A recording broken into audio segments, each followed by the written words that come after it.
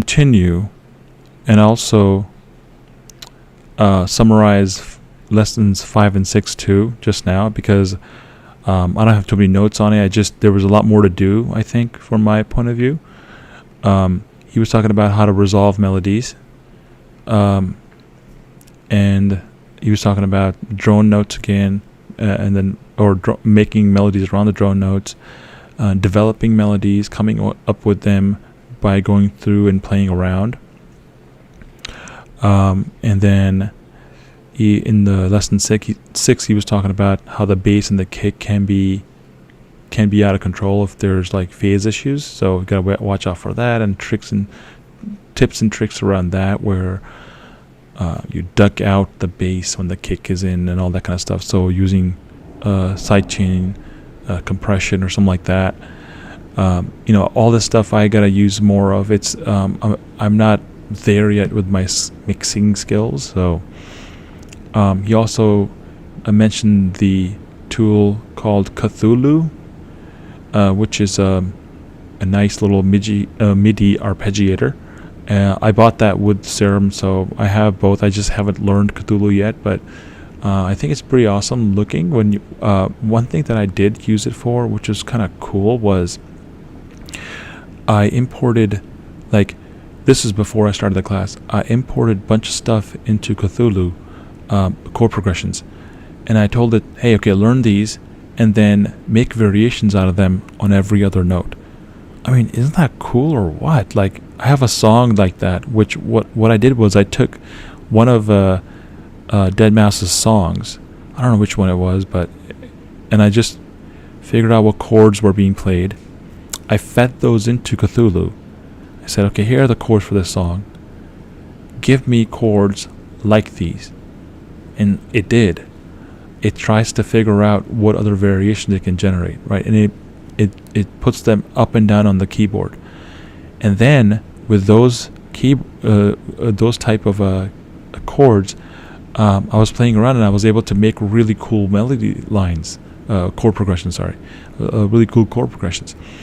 And I thought about myself and saying, okay, so half the battle is, the chords being used. So now at least I'm learning how to create the chords and how to go about that process in this whole class. But just letting you know that the Cthulhu thing can take your 4 chords and then turn it into 50, and give you bunch of variations, all kinds of variations. You can randomize it and all that kind of stuff.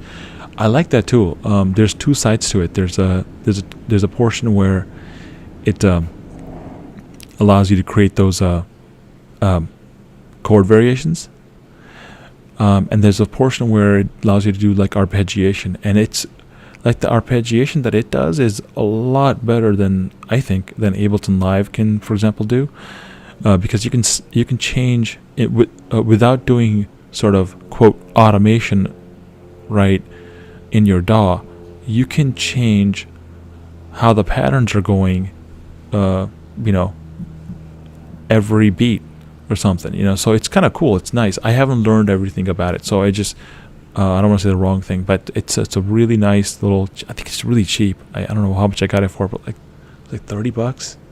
I don't know. It's something really cheap. It was not that expensive. So get it. It's really nice. Yeah. Also, the tip that he mentioned was you take a chord progression and you make sure that it's chopped. You can also chop it up into different instruments. So one instrument plays the top line, the other instrument plays the bottom notes, the other instrument plays the middle notes, so on and so forth. So that you have a chord playing, but it's being played in different voices. Okay, so that's another thing you mentioned. I just wanted to cover these because that's just I didn't have anything else. The only other thing is as I was listening to that, I was creating more music just to sort of figure out what I should be creating. So, this is another melody I created.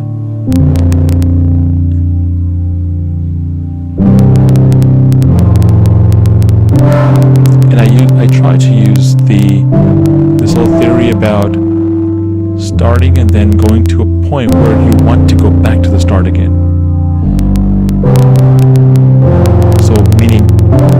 start at the root, and I build something, and then I want you to feel like I want to go back to the root again, right?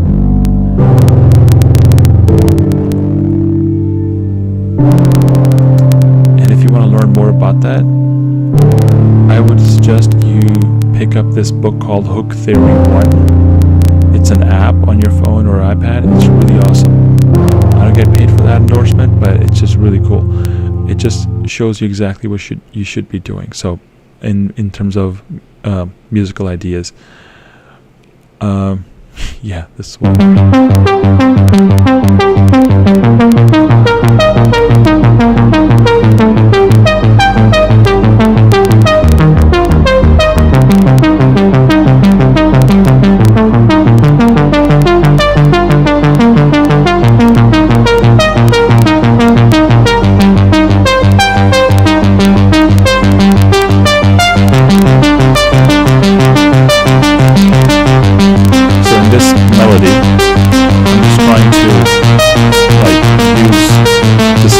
And grow it to something that I might use in a track.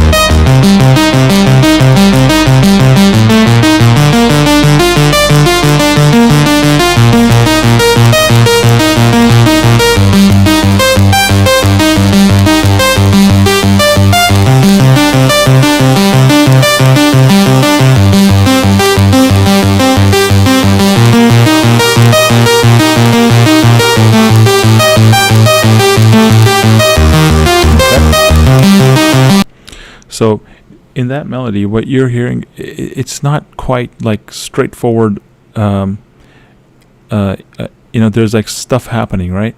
And I tried to use arpeggiation because he says that you should try to use an arpeggiator and see what it does, right? Play around with the settings, right? Look at the gate in the arpeggiator. Go around, check out, what's happening there. In your chord progression, instead of going. Instead of creating let's say a 4 out of 4 feel, okay, if you don't know that, then okay, well, let's just say instead of creating 4 out of 4 feel in your groove, maybe try triplets, maybe try 3 out of 4. You take the 8-bar loop, for example, and you can condense it down to 6, and see how that affects the chord progression, and then its relation to other things. For example, if everything else is running at let's say if you have an 8-bar loop going on, right, and you reduce the chord progression to 6 as a loop, and then you loop it. Well, then if you can think real quick here, everything starts at 1, right? 1, 2, 3, 4, 5, 6. When you arrive at 6, and you're about to go to 7, well, your chord progression goes to 1. Everything else goes to 7, right? And that takes it takes a few turns for that whole thing to come back around to 1 again. So what that means is there's a feeling of like there's a feeling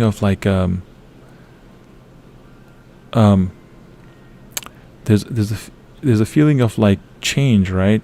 Which is like, oh, I don't know what's happening, but it sounds musical, and oh, I'm there again, and this sounds good to me again. This is like, and that's where everything meets at the 1.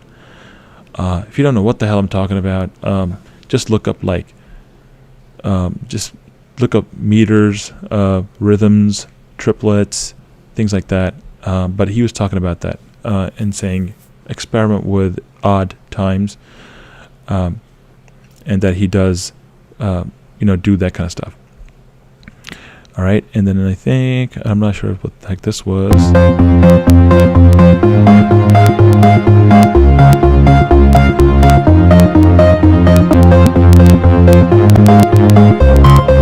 It's another thing I made after the class.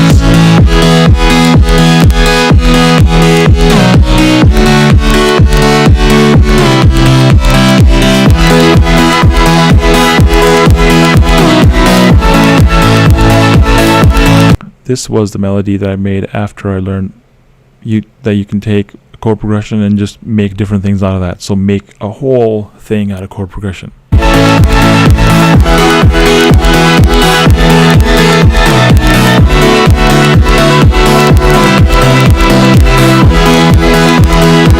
Yeah, and this is the latest one I have, which I'm actually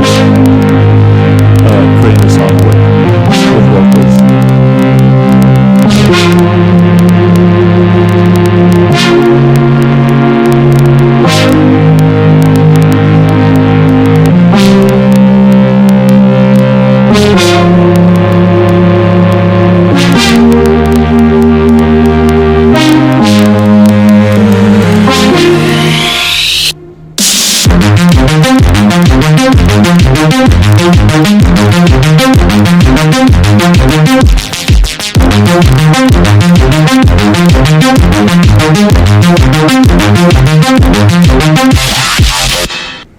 Anyhow, that's turning into a song with the vocals and all that kind of stuff right now as we speak. So that'll be my first song based on what I'm learning from Deadmau5 and Masterclass.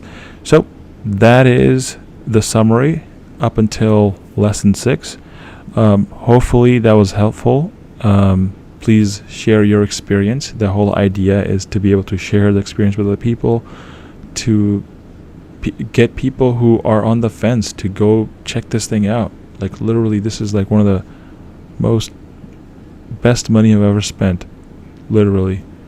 And there's a message board there with all kinds of people that are not gonna tear you down. They're gonna look at your melody and say, oh, okay, that guy is on lesson 2 and his melody sounds okay, but good job, dude. Like people are like supportive there, so it's kind of nice. So many times it's just everybody just tends to thumbs down today much more than they thumbs up, I think. Well, they can, but it's good to stay positive and learn this stuff and ignore everything else, literally. So yeah, go do that, and I will see you next time.